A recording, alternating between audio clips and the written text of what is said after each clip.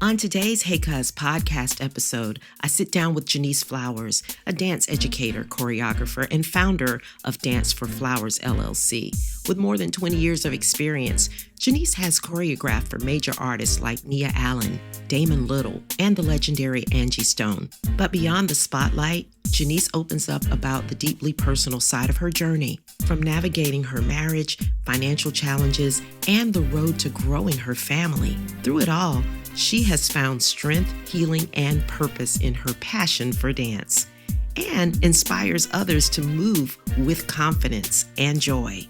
This is a story of artistry, resilience, and triumph that you don't want to miss. Family, help me welcome Janisse Flowers.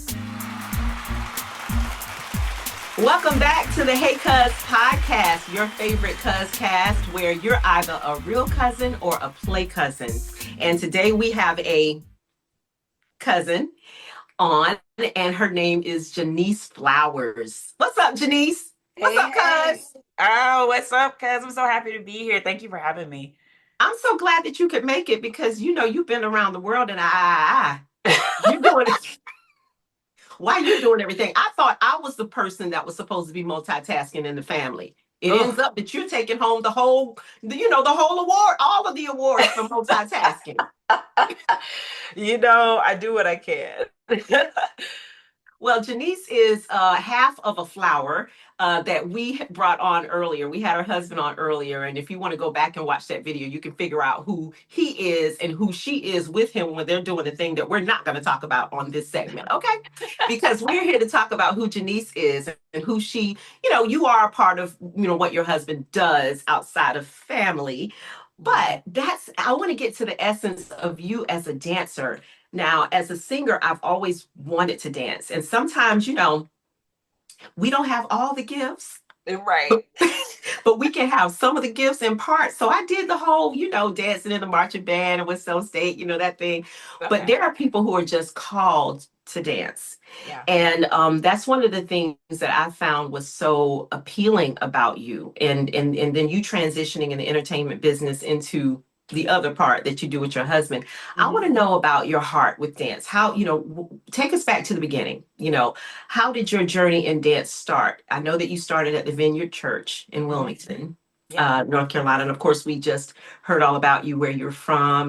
But just, take us back. What role did your early experiences play in shaping who you are today as a dancer? Man, I feel like I started dance kind of late, and I started dancing around 8, 9 years old, and I didn't really want to do it. I didn't want to do it. It was not something, most kids that are dancers, the parents are like, oh, they've been dancing since they came out the womb. I just had to sign them up. But we had just moved to Wilmington from New York. My family is from Albany, New York. And so we had just moved down, and my mom had found a church and found out that they were doing a Christmas program and had just decided, and they were looking for dancers to sign up for it. My mom decided to sign me up. Didn't really tell me, was like, hey, we're going to stay after church for this little meeting over here. Right. I was like, I don't know what's going on, but okay. And so please don't do that to your kids. Insert that part right now. Right. Just throw them in an activity. Like, if they're not doing nothing, I think my mom just saw that I was busy and I just maybe needed to get out some energy. Or I don't know what it was that she saw in me, that she was just like, hey, we're going to throw you in this and see if this sticks. And so I signed up. It was ballet classes on Friday afternoons at the Vineyard. With my teacher at the time. She was Corey Phipps then. She later got married and was Corey Smith. But I just knew it was going to be something like out of an episode of like Fame. I was scared it was going to be some old lady with a stick hitting us playing the piano, like, some hardcore teacher, that I was like, this is not what I want to do. But she was the nicest, kindest, sweetest person. She was 10 years older than me. And really just took us in and taught us about ballet. But on top of that, she taught us about having a personal relationship with God.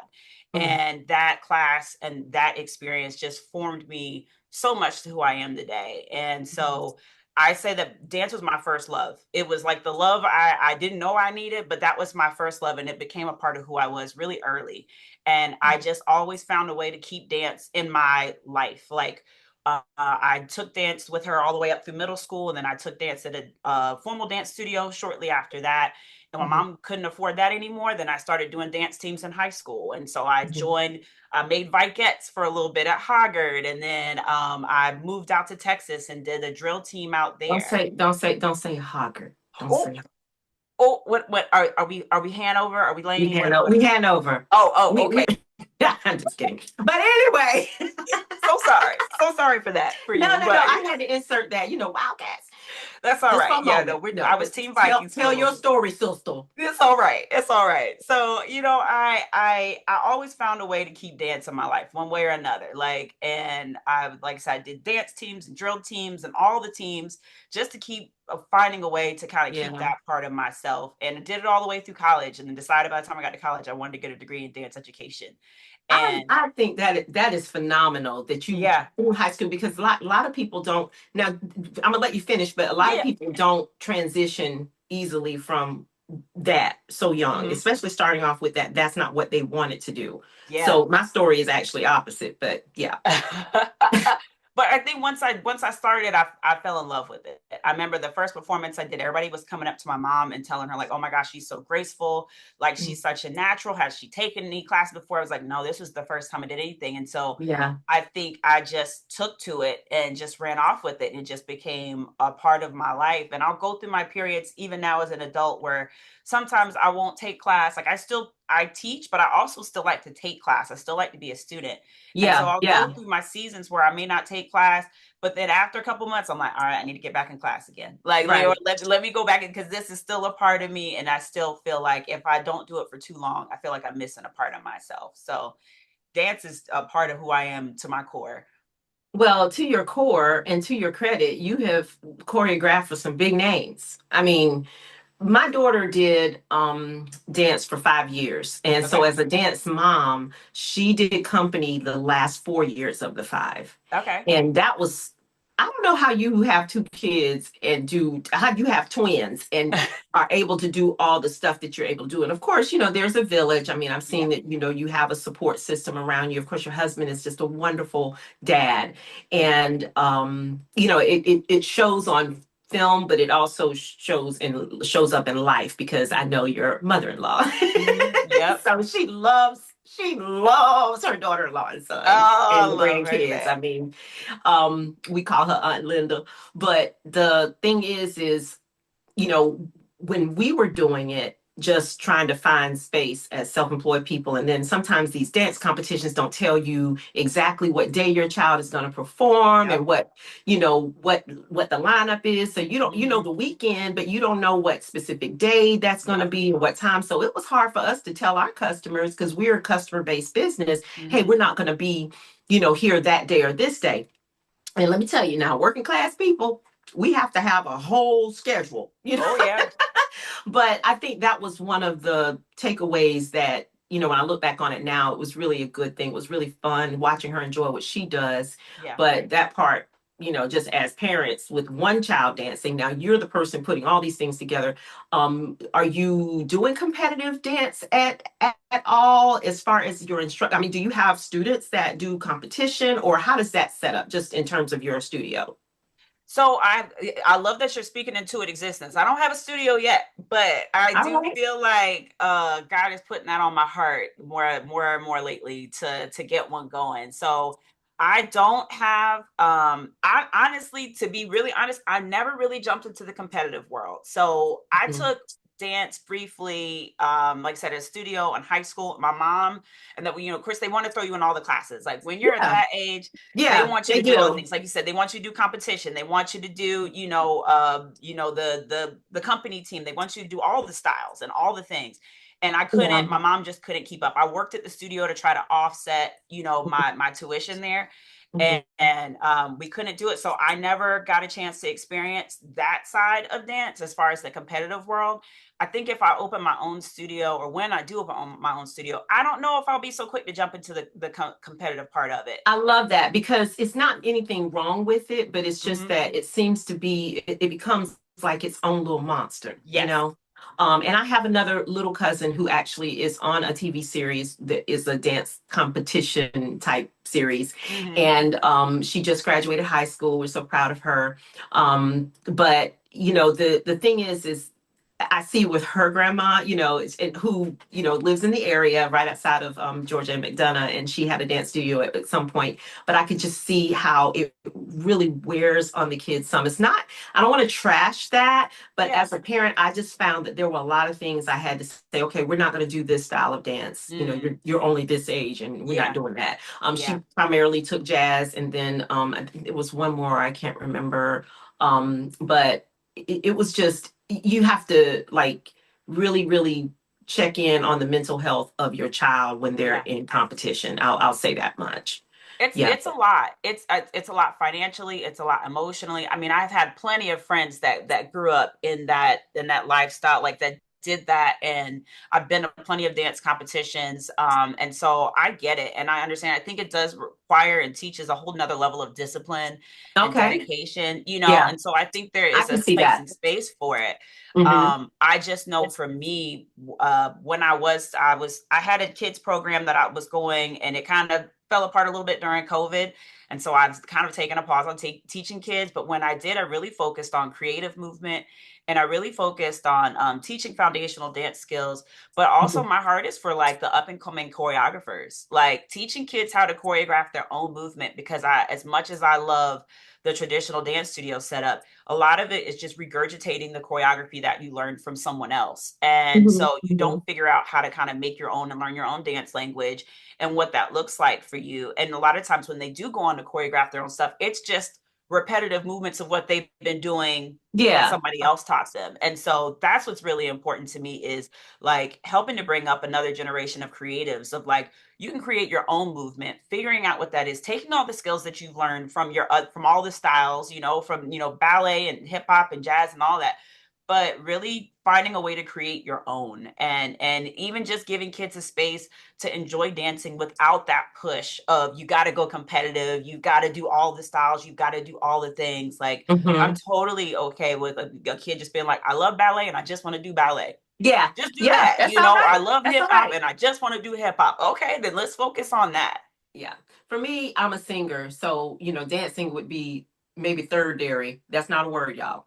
Secondary, maybe fourth dairy. Because when I start dancing, Chris and Samantha are like, yo, don't do that. I'm like, but you know, and especially when Pharrell came out with that Because I'm Happy song, girl, I wanted to move. And they were like, just sing it out. Don't dance it out, sing it out. But so I have to have choreography. Like I can probably, you know, I can move when it's choreographed. I was a Kit Kat, you know, opposite the Vikings over there at Haga. You know, in a different time zone than you, a different timeline. But so I respect, you know, I make beats and I mix music and I do all the stuff that dancing people like. But then, you know, sometimes when I'm sitting back and I'm, you know, putting together a mix, I want to bounce. I just, you know, I feel like in my head, if I see it, I'm actually doing the stuff, but that's not how it translates. Now from here up in the car, I can move. When we get on the road and go on these trips, I'm like, you know, bouncing, and my husband's like, go ahead on, look at you, you got it. But it's from the bottom half down. It's got the old mind. And then there's a look on the face, I heard, you know, like I'll start approaching a dance and they're like, first of all, you look too excited to be busting this move. You know, like there's a certain look on your face. This picture that I'm getting ready to put up of you right now with your foot raised in the air. Who takes a picture like that, y'all? The nerve of a dancer / gymnast to take a picture with her foot. Like, I can do this. So yeah, I'm not that advanced, but so you have had a chance to choreograph for so many people: Angie Stone, Nia Allen, and Damon Little. I like Damon Little. Tell me what that was like. Oh man, so Damon Little, the video Sunshine is the one you did for Nia. That's correct. Yeah. Sunshine, and that one was featuring Jordan Armstrong. She is the sweetest, like such a nice person. Honestly, both of those opportunities, kind of my husband did help play a part in, you know, kind of making that connection and kind of put my name in the hat. And he would. Of Because he's a course, put somebody's name in a hat kind of person. listen, I call him my husbander. He likes to call himself my husbander. Like Listen, I tried likes to get to my help. husband to be my husbander. He was like, no, because they won't like me. And he'll be in the back of the building with them bent over. I'm like, oh my God. Do you know the Lord? That's what I want to know. Oh Like, my you goodness. won't get no gigs. Oh my Lord. So yeah, both of those opportunities were amazing. And I remember when I got the call from Damon Little about doing Urban One Honors. And that was my first time choreographing and dancing on national television, which was always something that was on my bucket list. I would love to do this, would love to do an award show. And the way that God just set all of that up was like, I couldn't do nothing but give the credit to God, because they actually had a show choreographer that they had hired that was choreographing all the rest of the pieces for the show. And so they told Damon, they said, hey, we already have someone hired to choreograph this whole, the whole entire award show. You don't have to bring your own choreographer. Like, you can just use the show choreographer. And it was like, it's, pretty much free of charge, like whatever. He's like, no, I want to use Janisse. Like, I want to use her. She's gonna understand exactly what I want to do. I wanted her to bring in her own dancers. And like, well, we have dancers too. They're like, well, then they can work together. But this man literally did not know me. Like, he was just going off of the strength of, my husband saying, hey, my wife's a choreographer, you should utilize her. And he really went to bat for me and really just was like, I really want to use her. I was so thankful for that opportunity. And I had some moments where I doubted myself, where I was like, can I do this?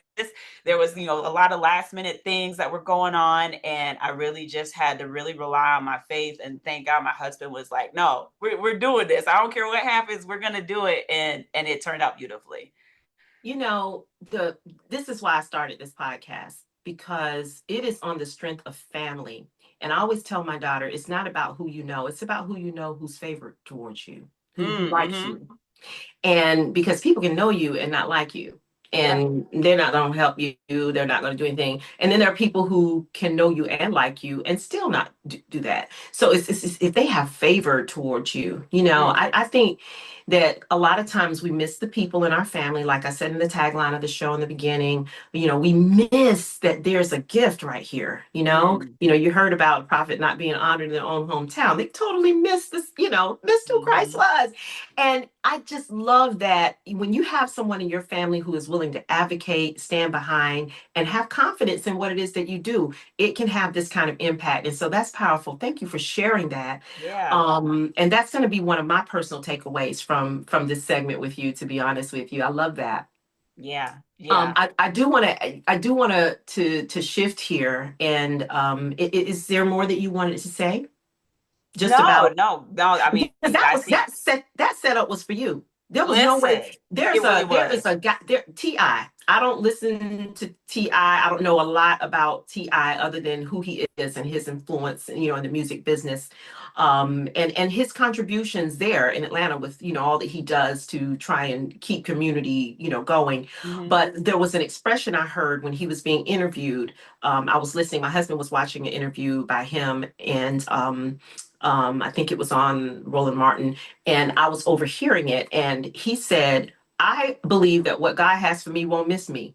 Yeah. Another twist on it, but boy, that thing stayed with me. This was something that God had for you. Absolutely. It was not going to miss you. Yep. So yeah. Shout out, big up to Damon Little and you for that. God is good. But shifting gears, everybody has a story that got them to the place where they are. Other than you not wanting to do dance and me not wanting to do dance, but my mama put me in dance and I wanted to sing, and she was like, people are always singing. You need an education. But then she celebrated my cousin who went to North Carolina School of the Arts. I'm like, really, Mom?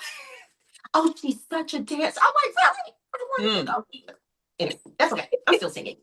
But you face some deep personal losses, especially, if you want to share about at a young age, how this grief influenced your life as an artist, losing both of your parents in pretty much recent years past. I don't think it ever goes away. Yeah.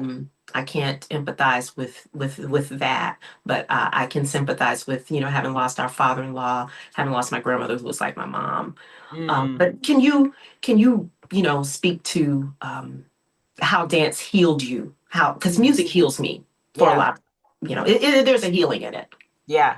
Yeah. I think it really was it was tough. I lost my dad in 2010. We went through a time where we didn't know exactly where he was, lived in Phoenix, Arizona. And we were trying to get a hold of him. And we were so scared that he was going to pass and we were never going to find out about it. And so I remember we were searching for him, calling hospitals, doing all this stuff. And we wound up getting in touch with him. But then he did pass later on just from health issues. And that one was tough. And we flew out to Arizona. We were there with him, or we're there for his funeral and honored him. And so I was like, okay, I can handle this one. My dad was kind of in and out of my life. And so, that one was hard, but not as hard, to deal with. Losing my mom, though, that one was really tough for me because me and my mom, like, that was my brain twin. We both thought very similarly, just kind of had the same kind of approach to life. And she passed from cancer in 2017. And that was the one that really triggered me of like, you know what? I need therapy. Like, I need some grief counseling. I need something to get through this because it was just really tough. And so I have two other sisters. I have an older and a younger. And we all actually wound up going and finding our own therapist to kind of go through and figure out what does life look like. The way we all grew up together was kind of like we were a team. It was like my mom was a single mom. There were three of us, and the way she raised us and all the way we all just kind of pitched in and helped each other out. We were a team, and it felt like we lost our captain. And it was like, how do we navigate? How do we go forward? What does life look like now without having that heartbeat of the team? And so I think just a lot of prayer and a lot of therapy. I asked a lot of questions to God. They say you're not supposed to question God, but I was like, but God, I got questions. Like, because you pray and you're Gideon question hoping. God. You're right. Yeah. You praying and believing and hoping that God's going to heal this person. And you're like, have all this faith, and then it doesn't happen. And you're like, well, now what? And so I just really remember going through a tough time mentally of like grappling and figuring all of that out. And I think, like I said, with a lot of prayer and a lot of therapy came to really a place. I think it started a whole snowball effect of me just figuring out who I was, who God is calling me to be, the things that are like just true in my life and like to my core. And I think dance really helped with that because dance was like an escape. It was a release in a sense. It's like when I went to dance class, especially to go take dance class, it was like I could put all the problems of the world off to the side for at least a good hour, hour and a half, and just focus on moving and just focus on like feeling the music and just being present. And so that was really, really important for me in my healing process and just helping with grief was just having dance as a way to kind of escape everything that was going on for me. Now, you shared with me about you having had fertility concerns with you and your husband together and how you were going through financial. Hey, I've put it out there before. I know what it is to be in a valley. I know what it feels like to be on a mountain. Yeah. But I'm waiting for the peak, like all the way to the top. Okay, I'm waiting, girl. I believe to see the goodness of the Lord in the land of living. Right. But so that is not something that a lot of us are necessarily unfamiliar with, but it is unique to the person, to the family. And you all share a lot on the radio show. I'll go ahead and put it out there. She is the wife of Nia Flowers, and she actually is my play cousin. But what do you think was unique, if you could say anything about, because were you struggling in that area in both the same time, or were those in different spaces? And fertility is one of those things that's being floated around. People take that lightly. If you've ever been through, if you've known people that have gone through miscarriages or anything like that, people love to show up and make all kinds of comments, whether you give birth, whether you adopt a child, and all this other stuff. Folks just need to get up out your business. Number one, pray for you. Number two, but it's having a baby is not a talent. Yeah, it's a given or it's not. And then there are other things. So I want to just, could you speak to someone that may be going through that right now? Because you guys, God blessed your womb twice. Yeah. Just to say that he meant it. Listen, double for trouble. You know, that's what they say, double for your trouble. So all of this, the fertility issues, the financial issues, and the grief, all kind of like was around the same time. Yeah, that's what I was Which thinking. was it was tough. So we moved. Well, I will say the fertility issues started first. So right after, before we even got married, me and my husband, it was like we were in premarital counseling and we're talking about when we want to have kids. And it's like we're sliding numbers back and forth across the table. Like he was ready to have kids like day one, ASAP. Like, you know, but I'm like, no, I could wait like a couple years, 2-3 years, you know, like let's enjoy being married first. And so we had to come to some compromise on that. And then once we did start actively trying, then we were like, okay, this is not as easy as we thought. Like you just think, okay, you know, we're just gonna try and we're just gonna get pregnant next month and that's it, you know. And I think we just had we were going through all this. We started getting all the tests. We started doing all the things. And it just was a matter of timing. It literally was like God's timing of like, you know what? It just wasn't time. And so every month we get frustrated if it, you know, if we weren't pregnant. More my husband, because he was really like just really wanting to be a father. Yeah. And I was just like, all right, it's gonna happen whenever God says it's supposed to happen. And so when we did get pregnant, it was right before my husband's 30th birthday. And so that was like the best gift I could give to him was like, guess what? You know, here you go. You're going to be a dad. And so thankfully my mom was still alive when all of that happened. So I got to make her a grandmother and just give her that experience that I know she really wanted. But right as we're getting ready to have the kids, that's when like everything just fell apart financially for us. Like we got evicted, we moved in with a friend.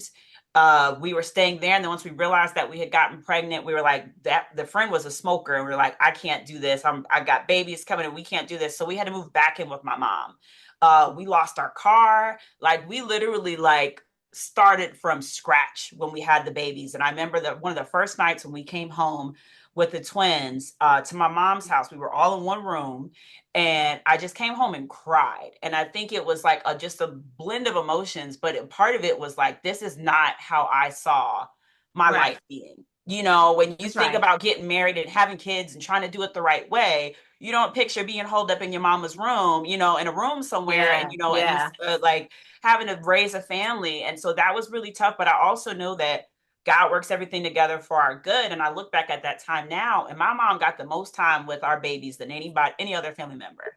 And so she was seeing them every single day and was with them for the first 2 years, you know, 2.5 years of their life. Like she passed right after they turned 3. And so I look at that now and I'm like, God, thank God. Because had it been up to me, we would have lived on the other side of town. We would have had our own thing, but she wouldn't have got that quality time. And so I just think for anybody that is dealing with any fertility issues, it's like, pray about it. Understand that God's timing is key, you know, like that whenever it's supposed to happen, it'll happen. But then I think sometimes we get pressured into society telling us that we don't have any worth unless we're a mom, or we don't have any worth unless we're married. And I feel like that's a dangerous narrative too. Like I was never one of these mothers that was like, oh, I didn't find meaning in my life until I became a mother. No, I had meaning in my life before I was a mom, and I had meaning in my life after being a mom. But that does not define all of who I am as a person, just being a mother. Right. That is powerful. I'm so glad that you shared that, you know, especially with the viewers, because, and I know that you're busy. I know that you have a lot going on, and I appreciate you giving, you know, even extra time to us today, just to tell your story, because it matters. The one thing I would like to ask is, do you find it, before we go, do you find it a challenge juggling being a mom and doing all that you do? Or is it a welcome? I don't want to say a nuisance. Kids aren't a nuisance, but they kind of are. Yeah. But it all depends. You know, it's like, can I take a shower? Listen, yeah. No. Can I just be in the bathroom for 5 minutes by myself? Listen, and walk right by your dad and come find me. Like, why? There's a whole other being in this house that can take care of making you a snack. One day I had some sounds going real good in my studio room, and I had this like the perfect mix and audio, and Samantha just opens the door and I said something to her and she goes running up front to my husband, he was like, you ought to be ashamed of yourself back here mixing gospel music, yelling at your kid.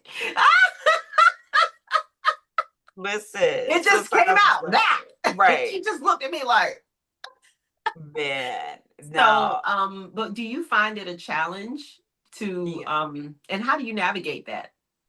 Because, people love to say, well, you have a village. Not everybody has a village. Not everyone has, their parents to be there to, and then some people really abuse their parents because they have them. And then, they're always taking the kids over there. Yeah. How do you navigate? It is a challenge. I'm not going to sit here and act like I got it all together and it's never hard. No, it's definitely challenging. I think when we moved to Atlanta, we moved here in 2016 and we literally didn't know like anyone. Like, right.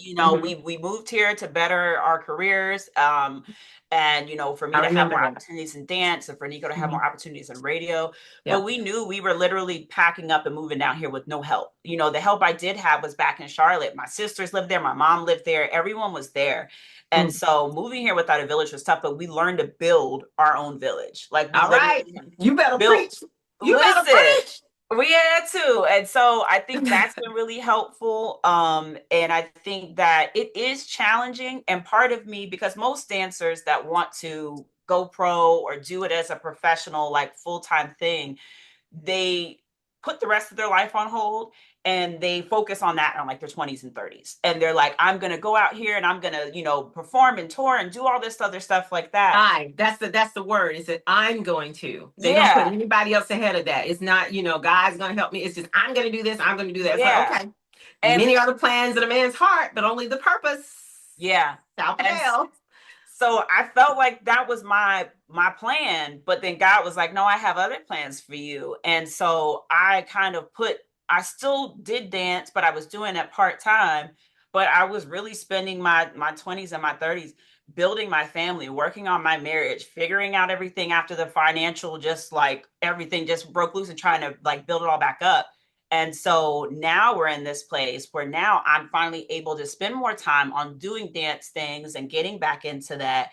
And I almost like the fact that it's done this way because now my kids can literally see me living and actively working towards my dreams. Where if I had done it beforehand, they would have just been back in my day, or before y'all were born, I was this and this and that. But now they're seeing me do it. And so I'm praying that inspires them to be able to know they can do it for themselves. And I love that. Yeah, it's challenging. It is new, they can get on my nerves sometimes, but at the same time, I'm like, I'm thankful and appreciative that God is having us do it this way so they can see it in real time. We're always mentoring. We're always mentoring somebody, but especially those that are closest around us. I want to thank you so much for coming on Hey Cuz podcast. It means the world to me that you'd be willing to come on after your husband, not knowing exactly what we were going to talk about, but knowing that because we all have different stories, even in one household. And I work with my husband too. And people will say, how can you work with your husband? It's like, well, at the end of the day, we have two different experiences in the same day. We may have been in the same room, in the same space together, but there were two different things going on because it's like a sitcom. My husband says, like you're the person that's in the room and then in comes this person, this situation, that story. And then there's the constant, which you're there, but you all are having totally two different experiences throughout the day. And then if you leave and go to the bank or you leave and go, pick up the kids, because I understand your kids play soccer and they do other things. Yeah. They have their own personal lives. Yeah. So, who your husband is to them is different from who you are to them. And they, and then you also, I love the dynamic of family and friendships. And if we can focus just on the people who are closest to us. Yeah. And try not to discount them first, I think there will be more doors that will open up in our lives. And I'm having to be mindful of that as well as share that with other people, from my personal life. So I don't take it lightly that you came on the show. And I hope that you will come back at some point if we have a panel to talk about family or whatever, and nothing big, it's nothing deep. It's just, but it has to be real. It has to be authenticity because, We're not telling fake stories over here. All right, listen, 100%. No, thank you for having me. I think a lot of times people, when we do get requested for interviews, it's either me and Nico together or it's just him. And so I appreciate you just even reaching out and saying, no, I want to talk with you about your story and your own individual path. And so I appreciate you just giving me the opportunity to talk, and I'm always happy to come back. You're welcome. I watch people very well. And, sometimes, people think that I've never been in a popularity contest, but I do want to do what's popular. Well, my grandfather used to say what's popular is not always right, and what's right is not always popular. So let me just backtrack that. I want to do what's right. And so I think that this felt right. But that's what this is about. And I just appreciate you so much for sharing this space with me today, Miss Janisse. And we're going to keep up with you. We'll keep on we have a newsletter that will go out. I want to say here to anybody that wants to be a part of the extended family of Hey Cuz, you can go to heycuzpodcast.com, and where it says join the extended family. That way you can, you can be a part of the newsletter that we're going to be sending out every month. I don't know if it's going to be monthly, weekly, bi-weekly, but we will be keeping you abreast of everything that is going on with the people who have been on this podcast. Everything that they're doing, we're going to be sharing with you as well, so that you can be a part of the extended family and conversation. Because you never know, if you're in Atlanta, you may want to reach out to someone, or if you know someone who knows someone, you may want to have them reach out to Janisse, for example, and do some choreographing, because she's been around the world, and I. She may not be old enough to remember that song, but of course I am. It was a jam when I was in middle school. Oh my goodness. And I will have to say this in closing. Has anybody told you look like Erica Campbell? No. I haven't got that one. When you wear your hair blonde, you do. Okay. I mean, I can see that. I've gotten Rihanna. I've gotten Sierra. I haven't gotten Sierra Campbell yet. Yeah. Okay. Yeah, you kind of favor her right now. Yeah, it's not a bad thing. So thanks for coming on, and until next time, you know what we say. Bye, cuz. Bye, cuz. Hey fam, it's Janisse Flowers here, and you are watching Hey Cuz Podcast with my play cousin, Olivia J. Thank you for joining this episode of the Hey Cuz Podcast with me, your host, Olivia J. I hope that you will like, subscribe, and share. Don't forget to post your comments. We'd love to hear from you.